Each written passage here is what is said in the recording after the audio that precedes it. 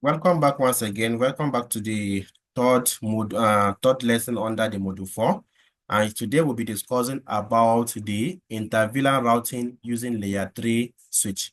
So inter-VLAN routing using a router in a stick method is simple to implement for a small to medium-sized organization. However, a large enterprise requires a faster, much scalable method to provide inter-VLAN routing. So enterprise campus local area networks use layer 3 switch to provide inter-VLAN routing. Layer 3 switch use hardware-based switching to achieve higher packet processing rate than routers. So layer 3 switch are also commonly implemented in enterprise distribution layer wiring process. So some of the capability of the layer 3 switch include the ability to do the following. First, the ability to route from one VLAN to another using multiple switch virtual interface. Convert a layer 2 switch to a layer 3 interface that is a routed port. A routed port is similar to a physical interface on a Cisco IOS router. So that means it is able to perform communication with the internet or perform in communication between two different networks. So it is also able to provide inter-VLAN routing, that is layer 3 switch using switch virtual interface, and the switch virtual interface are configured using the same interface VLAN, the VLAN ID command used to create the management switch virtual interface on layer 2. So a layer 3 switch must be created for each of the what? A layer 3 switch virtual interface must be created for each of the what? Routable VLANs. So in the figure, the layer 3 switch D1 is connected to two hosts on different VLANs. PC1 is on VLAN 10 and PC2 is on VLAN 20 as shown in the figure. So the layer 3 switch will provide inter-VLAN routing service to the two hosts. So as you can see, once they are connected to the layer 3 switch, the PC1, which is on VLAN 10, and the PC2, which is on VLAN 20, can now be able to communicate to each other because the different VLANs have also been configured on the layer 3 using the switch virtual interface. So in order to configure the layer 3 switch, we have to complete the following. Complete the following step to configure a switch 1 with VLANs and then trunking. So create the VLANs. In the example, VLAN 10 and 20 are used. So create the switch virtual interface, and then the IP address configure will serve as the default gateway for host and in the respective VLAN.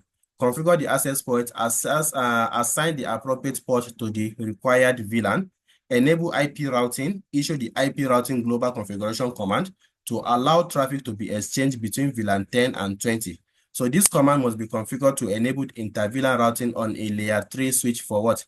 IPv4. So whenever you want to use a layer 3 switch to perform inter-VLAN, you must always remember to use the command IP routing. So inter-VLAN routing using a layer 3 switch is simpler to configure than the router on a stick method.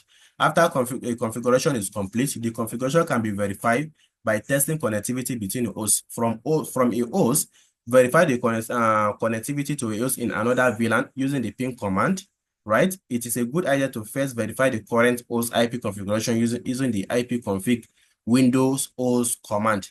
Next, verify the connectivity with PC2 using the ping host command. The successful ping output confirm inter-VLAN routing. So if VLANs are to be reachable by other layer 3 devices, then they must be advertised using static or dynamic routing.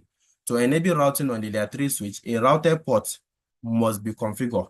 A router port is created on layer 3 switch by disabling the switch port features on layer 2 port that is connected to another layer 3 devices, specifically configuring the no switch port interface configuration command. So by using the no switch port under the interface configuration command on layer 2 port, convert it into a layer 3 interface. Then the interface can be configured with what? An IPv4 configuration to connect a router or another layer 3 switch. So basically that is how you can be able to use a layer 3 switch for what? Routing.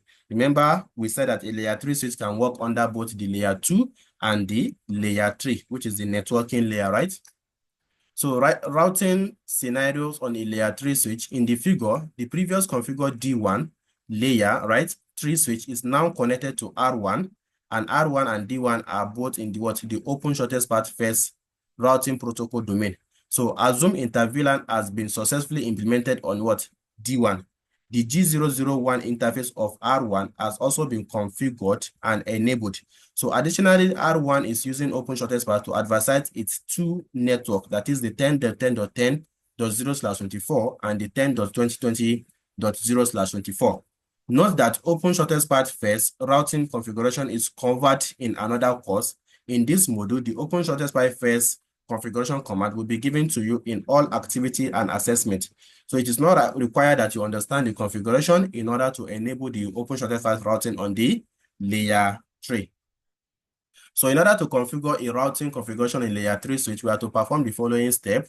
The first step is that we have to configure the routed port using the no switch port command to convert the ports to a routed port, then assign an IP address and a subnet mask.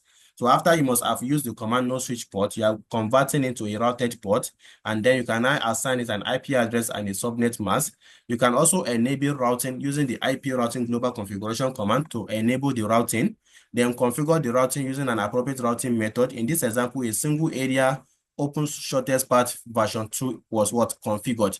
Then verify the routing using the show IP route command and verify the connectivity by using the ping command to verify whether the device can be reached. So we have a packet tracer to demonstrate all what we have discussed. In that particular packet tracer, we are going to configure a layer 3 switching. Then we are going to configure inter-VLAN routing. And finally, we are going to configure IPv6 inter-VLAN.